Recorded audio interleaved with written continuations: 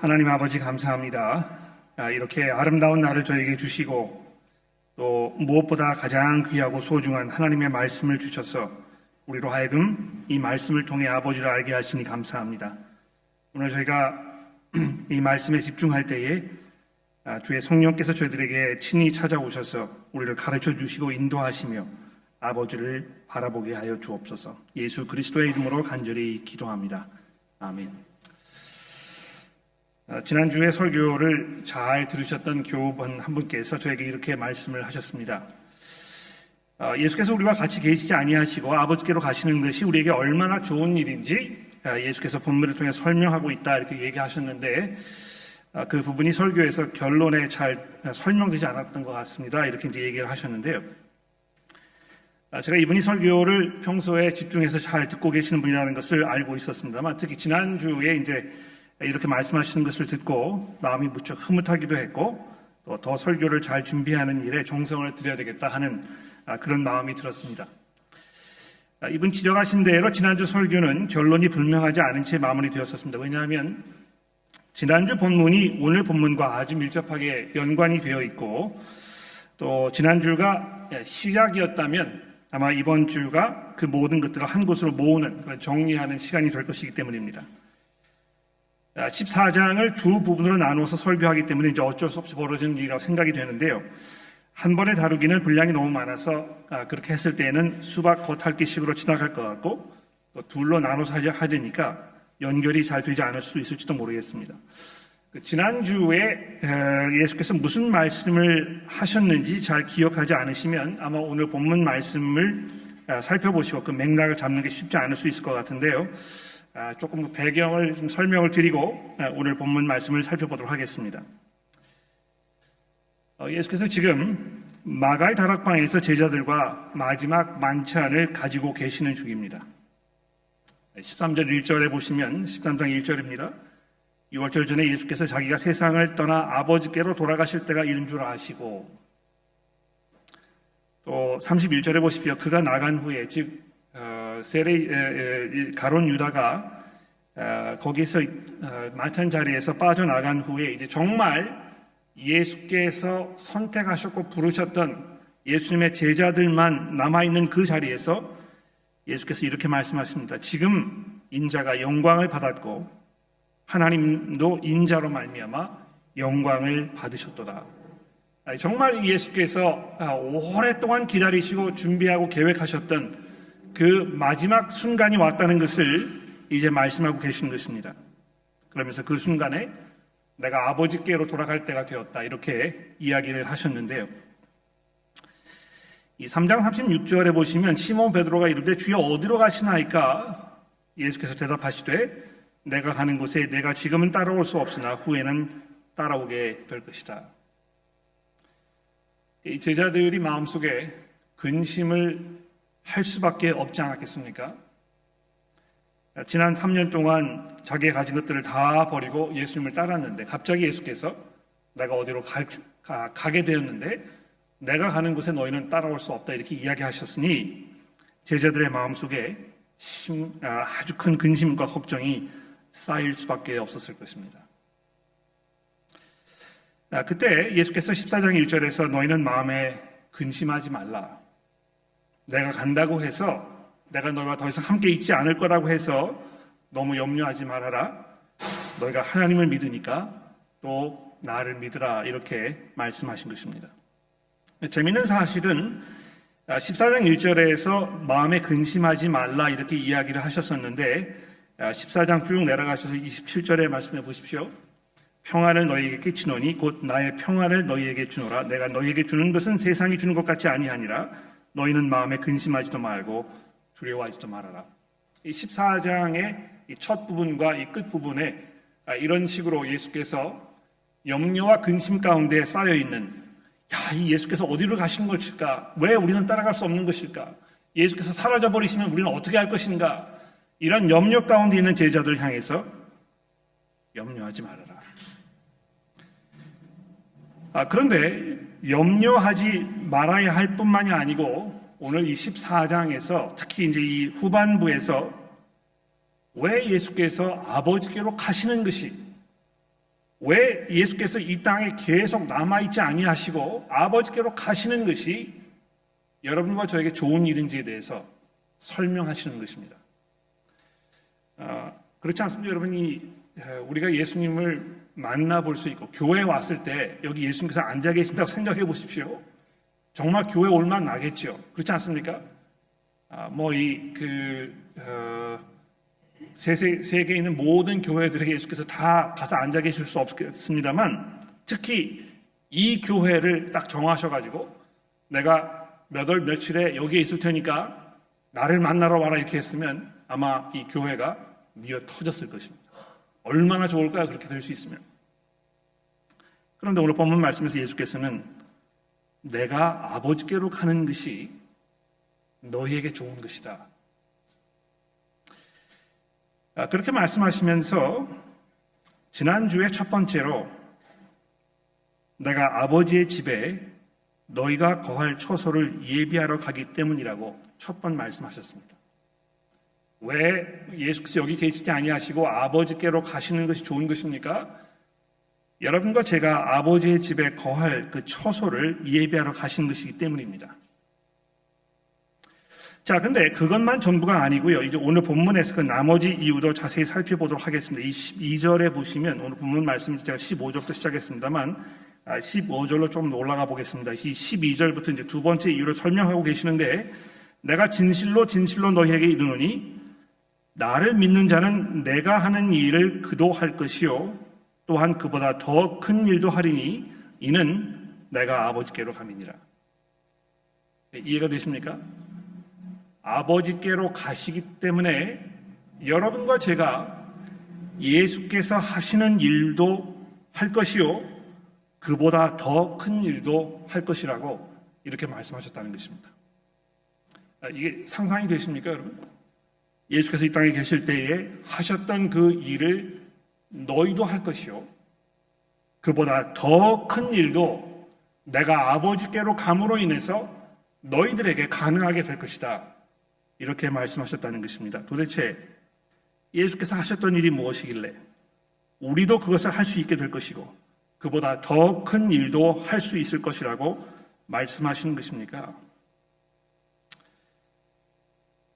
예수께서 계속해서 요한복음에서 뭐를 말씀하셨습니까?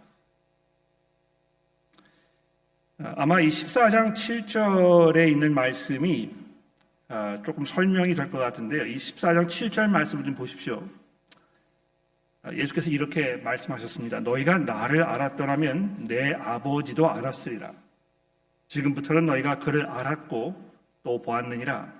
빌립이 이르되 주여 아버지를 우리에게 보여주옵소서 그리하면 족하겠나이다. 예수께서 이르시되 빌립아 내가 이렇게 오래 너희와 함께 있었을 때 내가 나를 알지 못하느냐?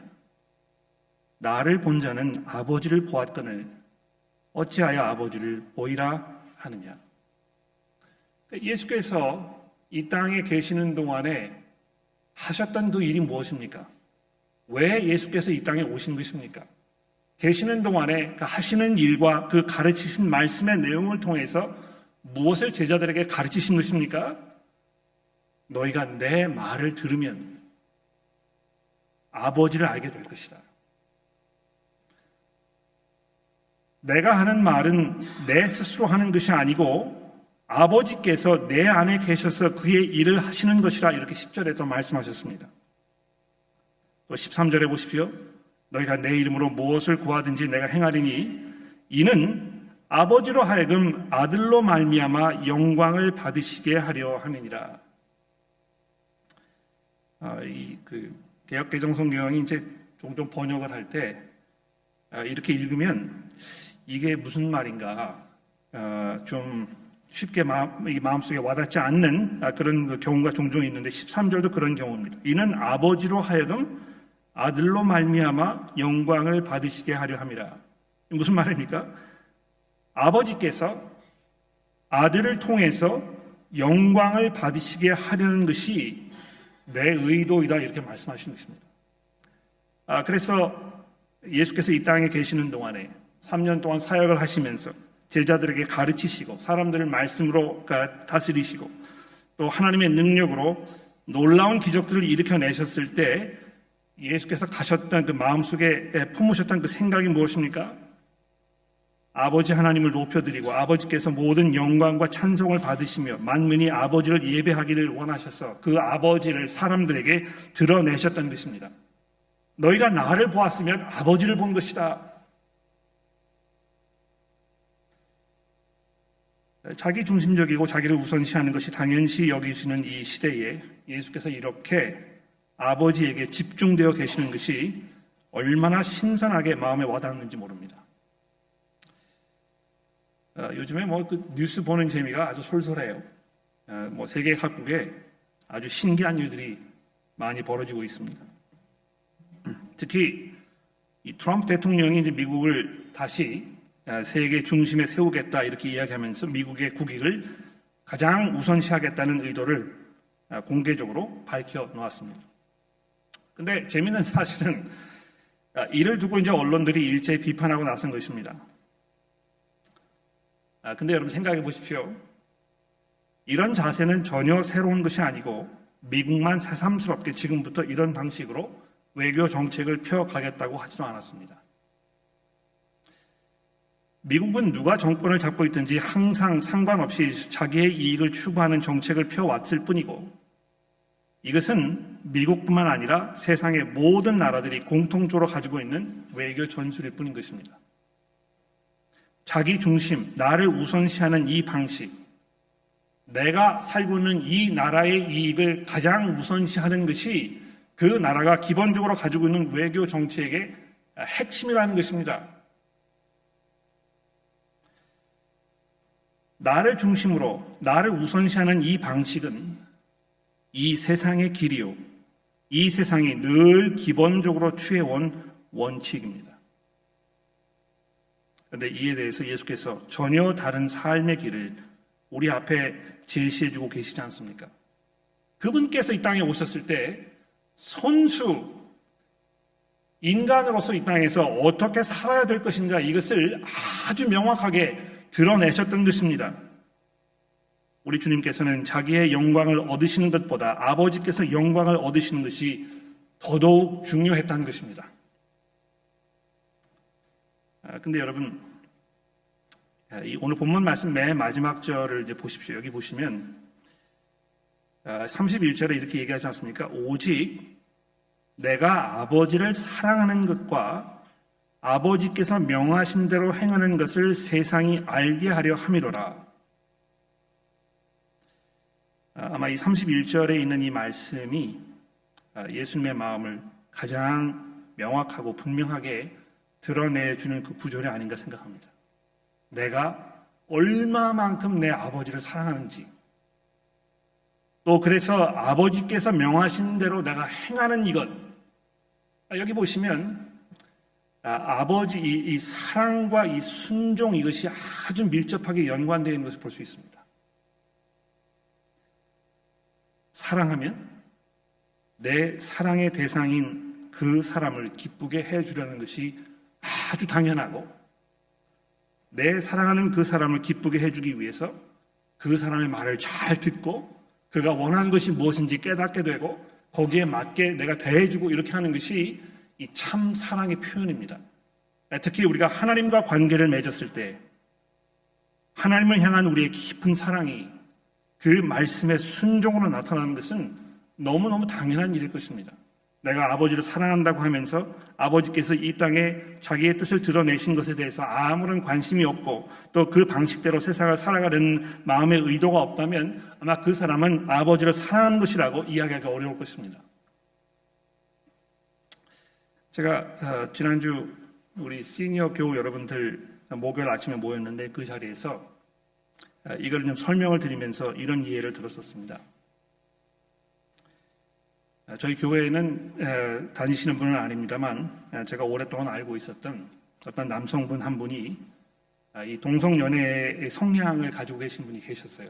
지금도 그런 분이신데 제가 가끔 그분을 만나게 되면 어떻게 살고 계시는지 물어보다가 이 동성애 이 문제에 대해서 제가 종종 여쭤봅니다.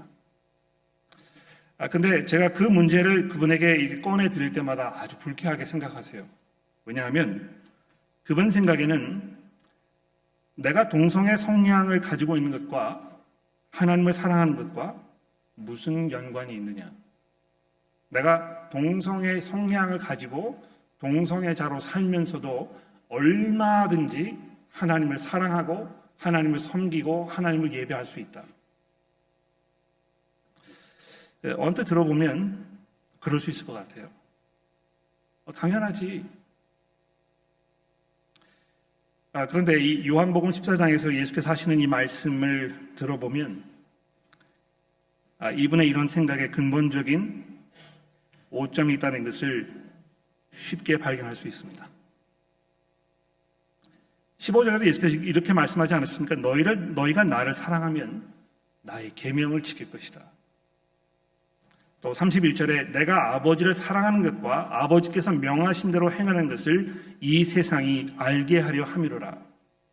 이 사랑과 순종 사이에 아주 밀접한 관계가 있는 것입니다.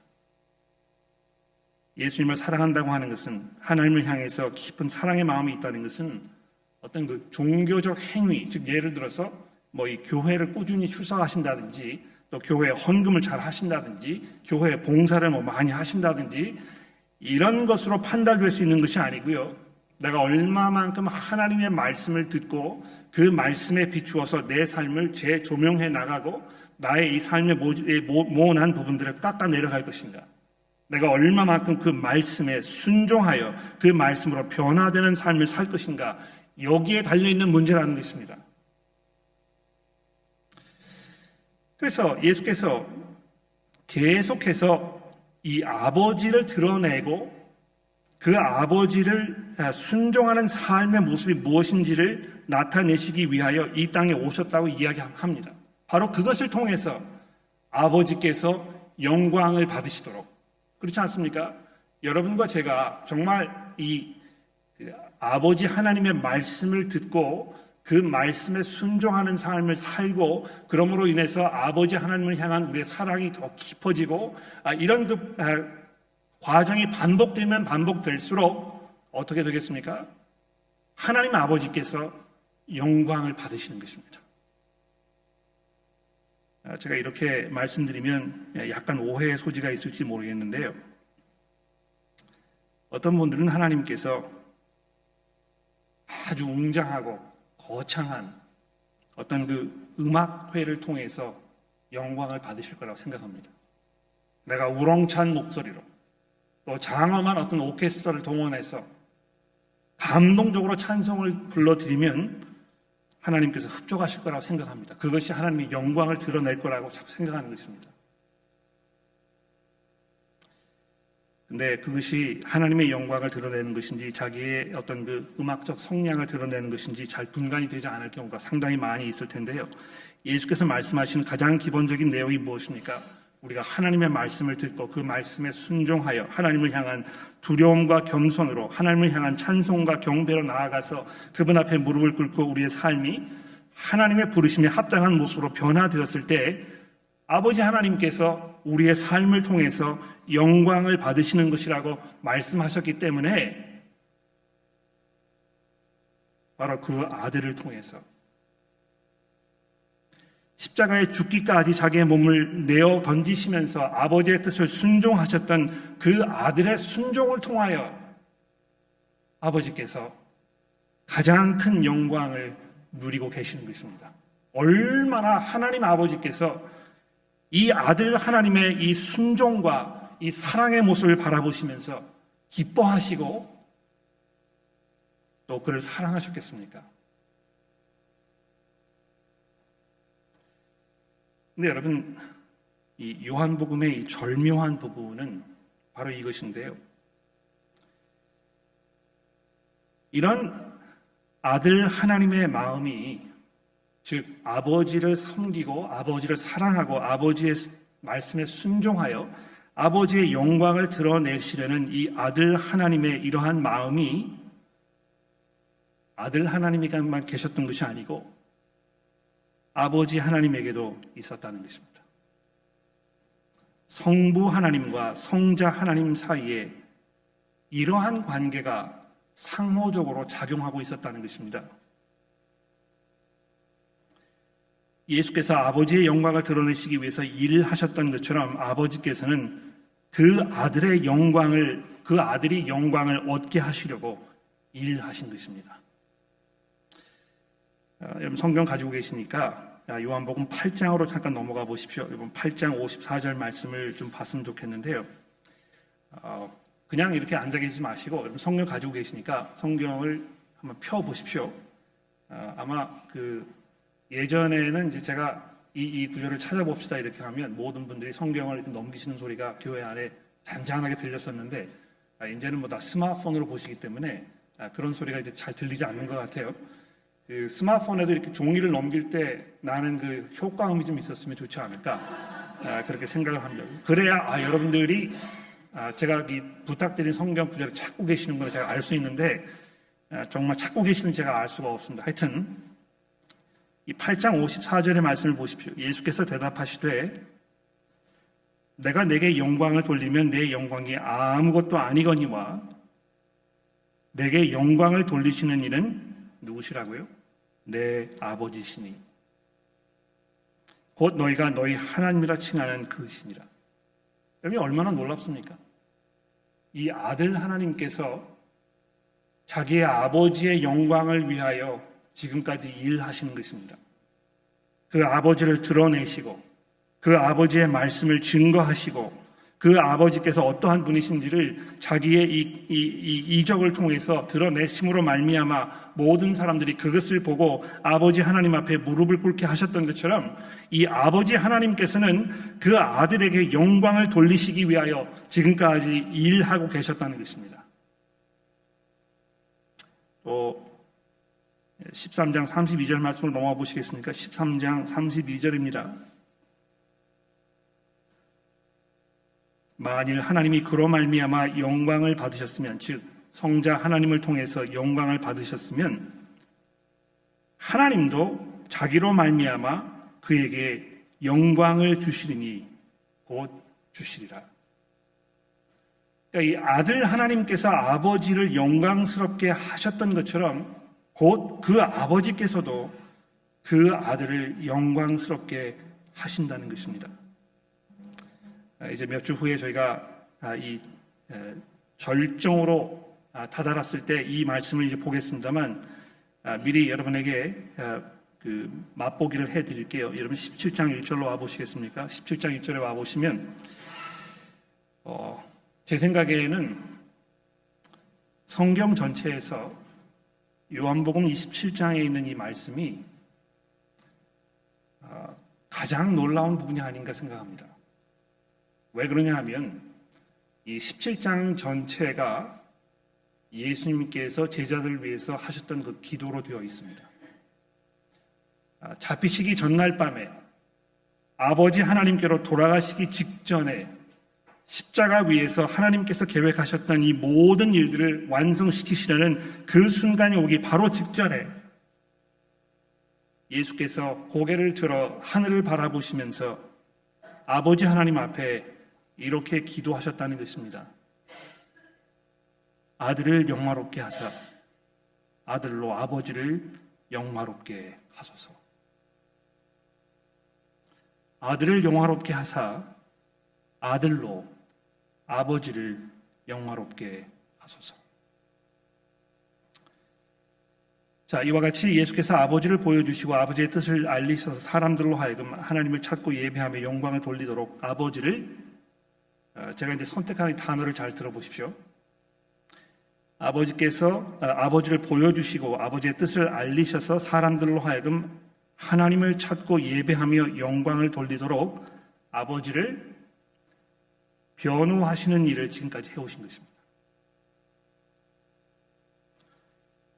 변호인은 법정에서 나를 위해 자기가 가지고 있는 모든 힘을 동원하여 대변해주고 옹호해주며 지지해주는 역할을 하는 사람을 말하는 것입니다. 저희 교회도 변호사분들 몇 분 계시는데요.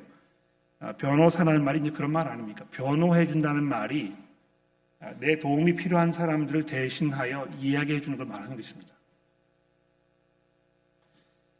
예수께서 바로 이 일을 하시기 위해서 아버지께로부터 보냄을 받으셨다는 것입니다. 잘 이해가 되시죠? 예수께서 이 땅에 오신 이유가 무엇입니까? 그 아버지를 드러내시기 위해서. 예수 그리스도를 바라보았을 때 하나님 아버지의 영광을 우리가 바라보는 것이다. 그 안에 은혜와 진리가 충만하더라, 이렇게 요한이 이야기했는데요. 바로 예수 그리스도를 바라보았을 때 하나님 아버지께서 어떤 분이신지 아주 분명하게 우리가 알게 되었다는 것입니다. 그런데 예수께서 이제 아버지께로 돌아가실 때가 되었기 때문에 누가 그 일을 맡아서 계속 해야 되는 것입니까? 그렇습니다. 제자들입니다. 예수께서 이 일을 이들에게 맡기시기 위해서 그들을 부르셔서 지난 3년 동안 그들을 가르치시고 우선적으로 그들에게 아버지를 보여주셨던 것입니다. 여러분, 그 14장 8절 말씀에 보시면 빌립이 이렇게 질문하지 않습니까? 예수께 대하여 주여 아버지를 우리에게 보여주옵소서, 그리하면 족하겠나이다. 아마 제가 예수님이었으면 정말 복장이 터졌을 거예요. 그렇지 않았겠습니까? 예수께서 빌립아, 내가 이렇게 오래 너와 함께 있었을 때 내가 나를 알지 못하느냐?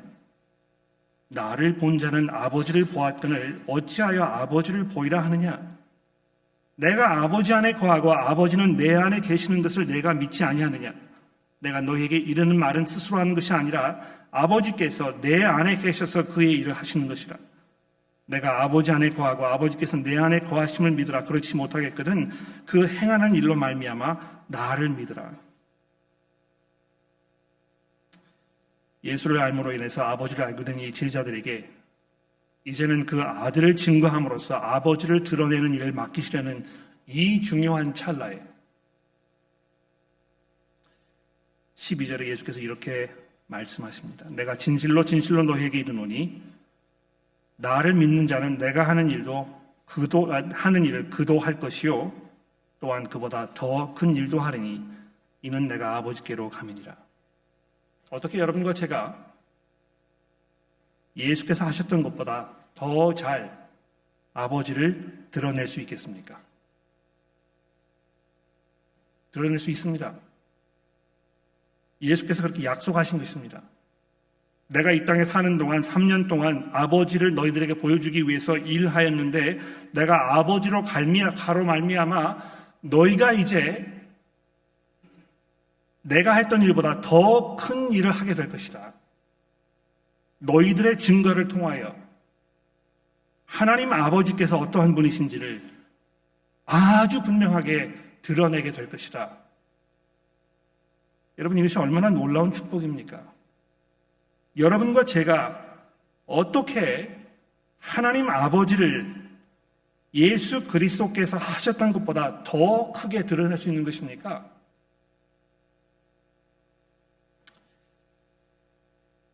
16절에 답이 있습니다. 내가 아버지께 구하겠으니 그가 또 다른 보혜사를 너희에게 주사 영원토록 너희와 함께 있게 할 것이니 그는 진리의 영이라. 세상은 능히 그를 받지 못하나니 이는 그를 보지도 못하고 알지도 못함이라. 그러나 너희는 그를 아나니 그는 너와 함께 계심이요 너희 속에 계심이로라. 내가 너희를 고와 같이 버리지 아니하고 너희에게 오리라. 조금 있으면 세상은 나를 다시 보지 못할 것이로되 너희는 나를 보리니 이는 내가 살아있고 너희도 살아있겠음이니라. 자, 이렇게 해서 요한복음의 가장 찬란하고 가장 놀랍고 가장 영광스러운 약속인 이 성령에 대해서 예수께서 이제 본격적으로 말씀하기 시작합니다. 제가 벌써 29분 설교를 했는데요. 사실은 이게 이제 전부 들어가는 말입니다. 지금부터 이제 본론에 들어가야 되겠는데, 죄송합니다만, 제 계획한 것은 이 본론을 다음 주에 하려고 하니까, 이 설교가 결론이 없이 끝난 것 같은데요. 이렇게 생각하시면 그렇습니다. 다음 주에 오셔야 결론을 들으실 수 있기 때문에 교회 결석하지 마시고 다음 주에 꼭 교회에 오십시오. 제가 한 가지만 말씀을 드려보겠습니다. 여러분 여기 그 16절에 보시면 아버지께서 또 다른 보혜사를 너희에게 주사 이렇게 되어 있습니다. 이제 두 가지 중요한 것이 있는데 첫째는 이 보혜사라는 말입니다. 이 보혜사라는 말이 이제 원래 그 성경에 있는 말은 아닙니다.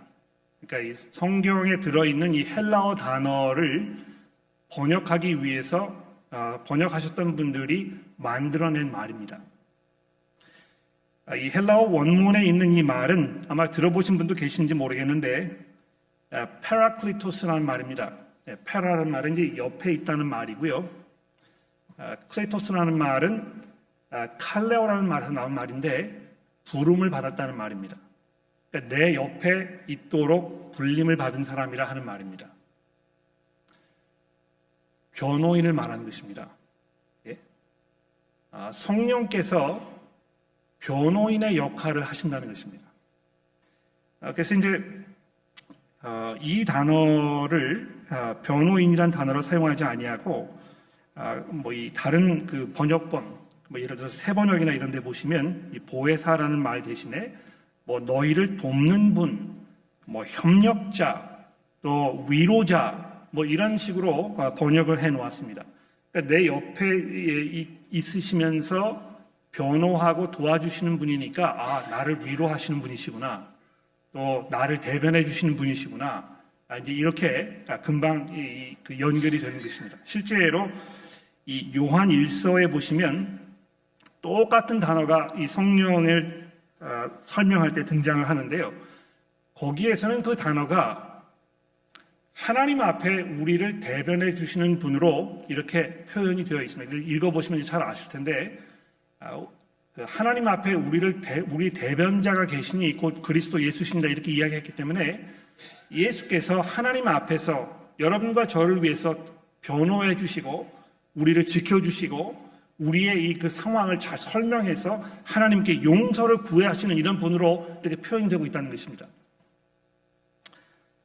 근데 그 대부분의 주석가들이 이 요한 1서에 있는 그 개념을 끌어다가 이 요한복음 14장 여기에 이렇게 집어넣어가지고 여기에도 이제 그걸 말하는 것일 것이다.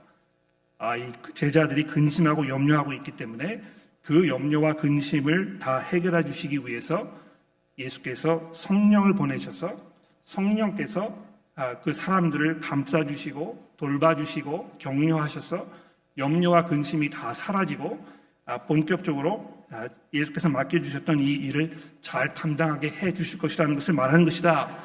이제 이렇게 대부분 얘기합니다. 제가 주중에 한 10권 정도 주석을 살펴봤는데요. 모든 주석들이 다 거의 대부분 그렇게 이야기합니다. 그런데 저는 그렇게 생각하지 않습니다.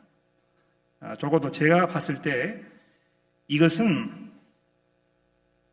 요한 1서에 있는 개념을 가져다가 이 요한복음 14장에 있는 말씀을 해석하려고 하기 때문에 불러온 오류라고 저는 생각합니다.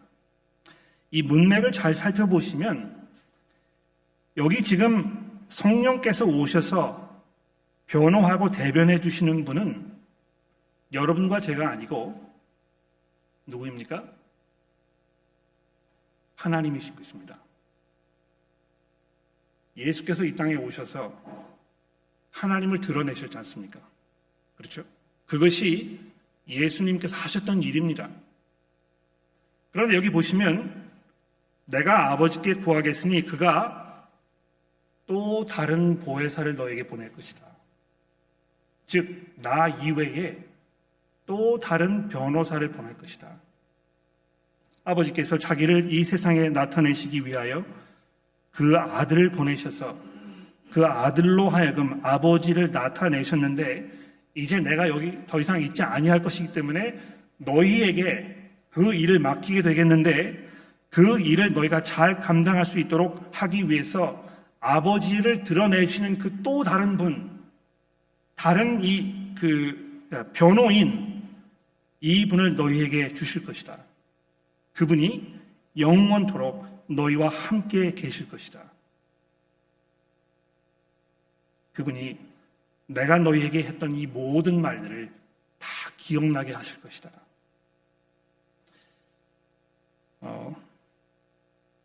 오신학교에 톰 하빕 교수님이 계십니다. 이 신약학을 가르치신 분인데 지난주에 그 무엇신학교 이사회를 갔다가 제가 그분 만났거든요.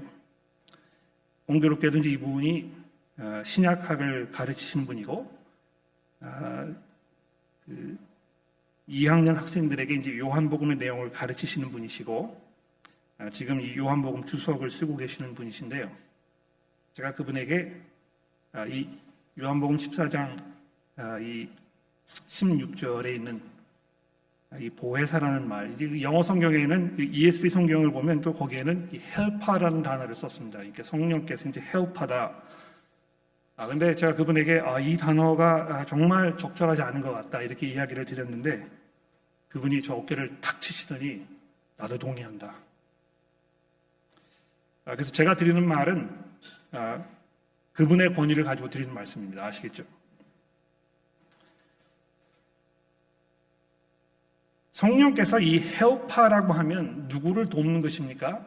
일반적으로 우리를 도우시는 분이시죠. 이렇게 생각할 수 있을지 모르겠는데 이 문맥상으로 보면 지금 성령께서는 아버지를 위해서 오신 것입니다. 예수 대신에 여러분과 저에게 아버지를 드러내시기 위해 오셨다는 것입니다. 그러므로 여러분 결론을 맺겠습니다. 예수께서 이 땅에 계시지 않는 것이 왜 우리에게 좋은 일입니까? 그분이 가셔서 성령을 우리에게 보내주시고 이제 여러분과 저로 하여금 예수께서 아버지를 증거하셨던 것보다 더 놀랍게 하나님 아버지의 사랑과 하나님 아버지의 그 크심과 하나님 아버지의 영광을 드러낼 수 있도록 우리에게 도와주셨다는 것입니다. 여러분, 이거 내가 어떻게 전도를 할 수 있겠습니까? 저는 입이 무디고 지식이 모자라서 내가 아무리 예수를 믿으라고 사람들에게 이야기해도 내 말을 듣고 예수를 믿는 사람은 있지 않을 것입니다. 여러분, 이것이 겸손의 말이 아니고 성령에 대한 깊은 무지에서 나오는 말입니다. 왜 그렇습니까? 예수께서 부활하셔서 성령을 이 땅에 보내시고 여러분과 저로 하여금 아버지의 증언자로 예수께서 증언하셨던 것보다 더 놀랍게 증언할 수 있도록 우리를 돕고 계시지 않습니까? 이제 얼마 후면 저희가 기독교 설명회를 가지면서 믿지 않는 분들에게 그리스도의 이 복음을 설명하려는 기회를 마련해 보려고 합니다.